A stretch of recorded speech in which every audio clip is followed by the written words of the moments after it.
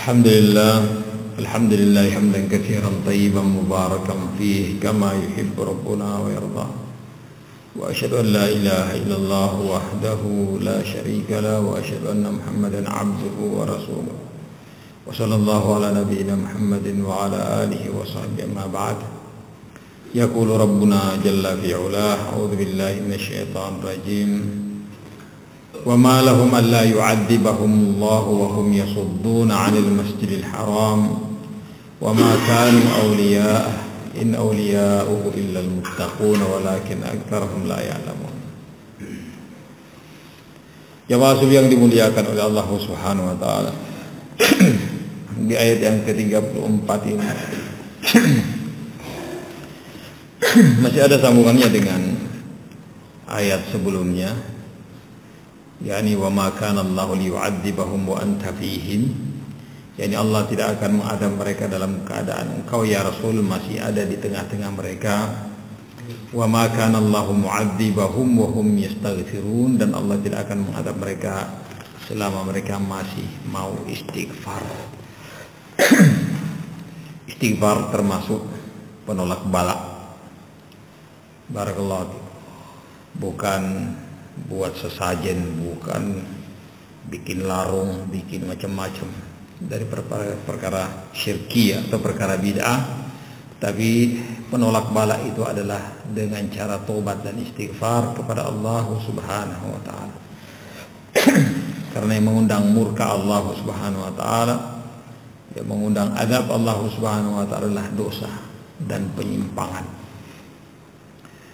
Maka kita tolak dengan istighfar dan tobat kepada Allah Subhanahu wa taala. Oleh karena itu ketika Allah Subhanahu wa taala menahan airnya turun dari langit, maka kita diperintahkan untuk semuanya tobat kepada Allah Subhanahu wa taala, istighfar dan memohon hujan kepada Allah Subhanahu wa taala. Tentunya didahului dengan istighfar dan tobat. Di ayat yang ke-34 ini kata Allah Subhanahu wa taala wa ma lahum alla yu'adzibahumullah. Baik. Bagaimana bisa mereka tidak berhak untuk mendapatkan adab dari Allah Subhanahu wa taala? Artinya mereka orang-orang musyrikin adalah orang yang paling pantas untuk mendapatkan adab. Baik. Kenapa mereka adalah orang-orang yang paling pantas untuk mendapatkan adab Allah Subhanahu wa taala?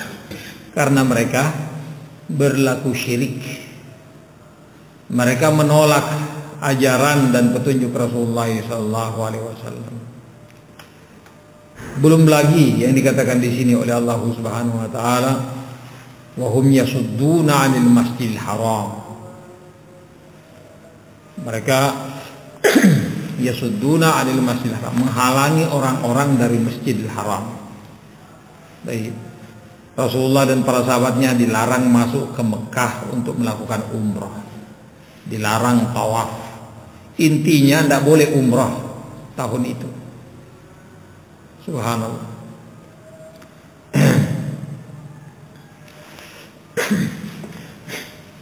Mereka adalah orang-orang yang paling pantas untuk diadab oleh Allah Subhanahu wa taala. Ketika Rasulullah sallallahu alaihi wasallam tidak lagi berada di tengah-tengah mereka, yakni Rasulullah SAW tidak lagi berada di kota Makkah. Baik. Karena mereka sendiri yang mengupayakan untuk imma Rasulullah SAW ditawan, yakni dipenjara, wa imma Rasulullah dibunuh oleh mereka, wa illa mereka hendak mengusir Rasulullah SAW keluar dari kota Makkah. Lah ketika Rasulullah SAW keluar dari kota Makkah menuju Madinah, berarti Rasulullah sudah tidak di tengah-tengah mereka. Barakallahu fiikum. Dan ketika mereka pun keluar dari kota Makkah menuju Badr, maka disitulah Allah Subhanahu wa taala menimpakan azab untuk mereka. Mati di sana 70 orang dari tokoh-tokoh Quraisy dan 70 yang lainnya ditawan. Selebihnya lari tunggang langgang pulang kembali ke kota Makkah dalam kondisi hina dina. Barakallahu fiikum. Subhanallah.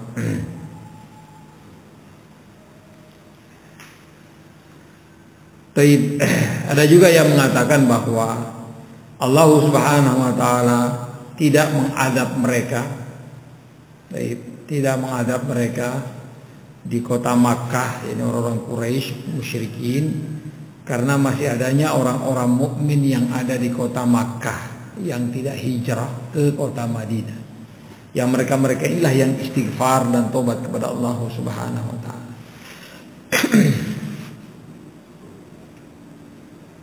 Kata Allah Subhanahu wa taala, "Lau tazayyalu la'adzabna alladziina kafaru minhum 'adzaban alima." Seandainya terpisahkan pada saat itu, tidak ada lagi orang-orang mukmin di kota Makkah, maka Rasulullah SAW diperintahkan untuk menyerang mereka dan mereka pun akan kalah. Tapi karena masih ada di antara mereka orang-orang yang beriman, tercampur khawatirnya Rasulullah SAW menyerang mereka dalam kondisi seperti itu. Yang terbunuh juga adalah sebagian di antara kaum muslimin.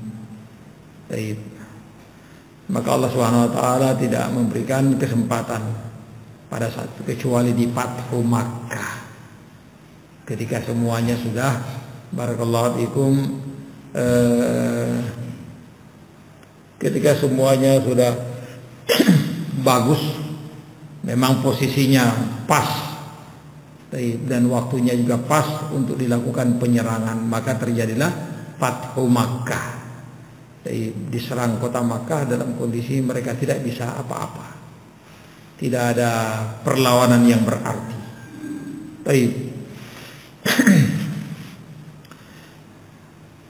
Perlakuan mereka terhadap Rasulullah SAW adalah perlakuan yang memang pantas mereka diadab oleh Allah Subhanahu wa taala.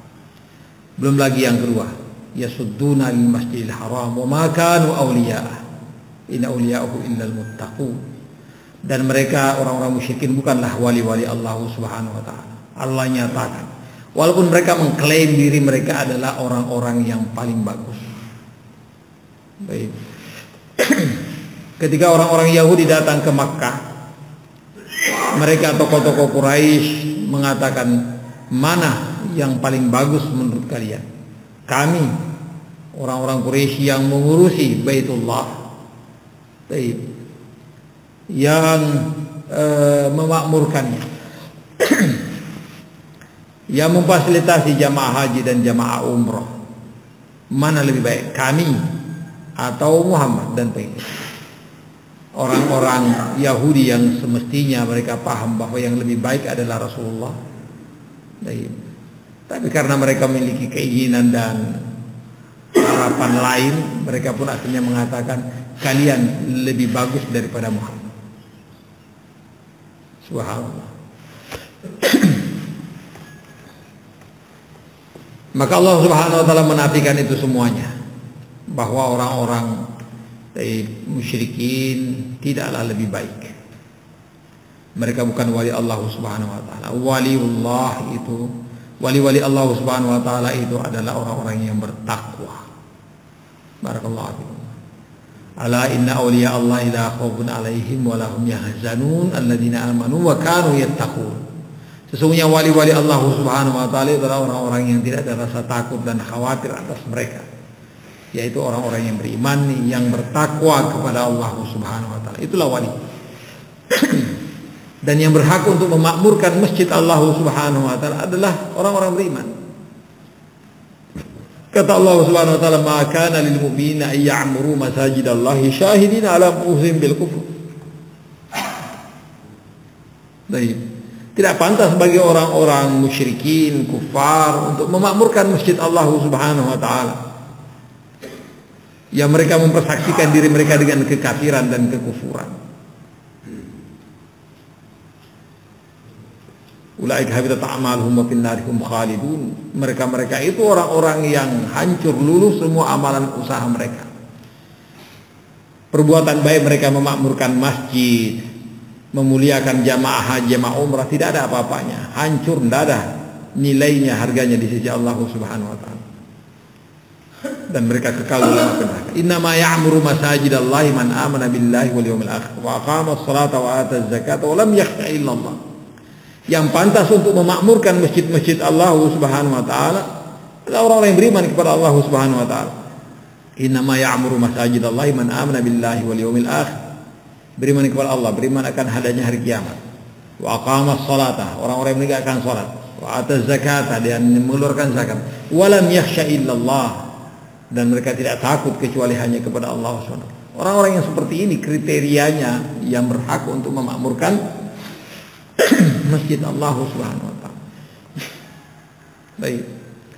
Jadi kalau ada lembaga di masjid takmirul masajid, ya mestinya demikian. Memang betul-betul dimakmurkan. Masjid itu dipakai untuk melakukan sholat, diramaikan dengan sholat, diramaikan dengan ibadah dan ketaatan kepada Allah Subhanahu wa taala. Sebagian takmir masjid orang-orangnya, tidak datang ke masjid kecuali kalau ada hari-hari besar Islam menurut mereka. Atau nanti pas tugas Mbak Imam baru muncul. Kalau tugas nyanda. Barakallahu fikum. Memakmurkan masjid ini dengan cara kita hadir. Sebagian jamaah memperebutkan masjid. Oh, tompe masjid itu dia. Sampai terjadi pertengkaran, pertikaian. Subhanallah. Hanya sekedar untuk mengklaim bahwa itu masjid kami. Masjid wilayah ini, masjid subhanallah. Masjid adalah milik kaum mukminin. Siapa yang sholat di situ itulah yang berhak. Barakallahu fikum. Dialah sebagai pemilik. Subhanallah. Ngaku-ngaku masjidnya kemudian tidak pernah disolat. La haula wala quwwata illa billah. Innama ya'muru masajidallahi man amana billahi wal yawmil akhir wa aqama as-salata wa ata az-zakata wa lam yakhsha. Fa asa ulaika yakunu minal muhtadin. Mereka itulah orang-orang yang akan mendapatkan petunjuk dari Allah Subhanahu wa taala. Baik.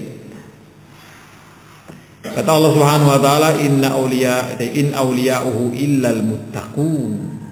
Wali-wali Allah Subhanahu wa taala yang berhak untuk memakmurkan masjid adalah orang-orang yang bertakwa.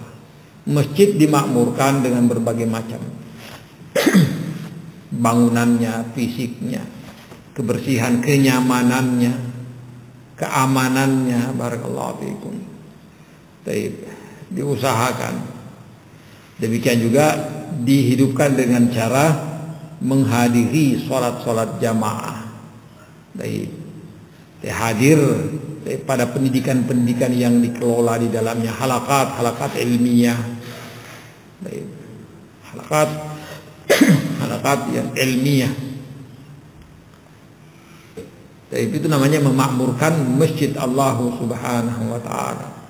Di zaman Rasulullah sallallahu alaihi wasallam, ketika belum terlalu banyak kaum muslimin, masjid Rasulullah SAW adalah sentra kegiatan kaum muslimin, semuanya di masjid.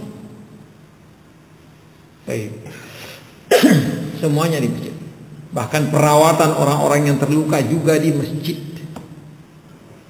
Belum ada puskes, belum ada rumah sakit, belum ada. Di masjid ditampung orang-orang yang terluka yang pulang dari peperangan. Untuk mudah diobati, dirawat di masjid Allah Subhanahu wa taala. Subhanallah. Nah, sekarang masjid kosong dari orang-orang, kecuali masjid-masjid yang masya Allah tetap amir, makmur dia dengan orang-orangnya. Kata Allah Subhanahu wa taala, in awliya'uhu illal muttaqun. Wali-wali Allah Subhanahu wa taala itu adalah orang-orang yang bertakwa. Tidak ada yang lain. Baik. Walakin aktsarahum la ya'lamun. Akan tetapi orang-orang musyrik ini, orang-orang kafir ini tidak mengetahui itu. Justru mereka mengklaim dirinya adalah orang-orangnya Allah Subhanahu wa taala. Orang dekatnya Allah Subhanahu wa taala. Ini yang repot. Mereka sesat, tapi mereka apa? Masih meyakini bahwa mereka berada di atas petunjuk. Mereka telah dimurkai dan dibenci dalam keadaan mereka merasa bahwa mereka dicintai dan dimuliakan. La haula wala quwwata illa billah. Ini keterbalikan. Ini satu ayat ini sebagai pengingat, barakallahu fiikum, bahwa mereka orang-orang kafir musyrik, mereka adalah orang-orang yang paling berhak untuk mendapat azab murka Allah Subhanahu wa taala. Baik.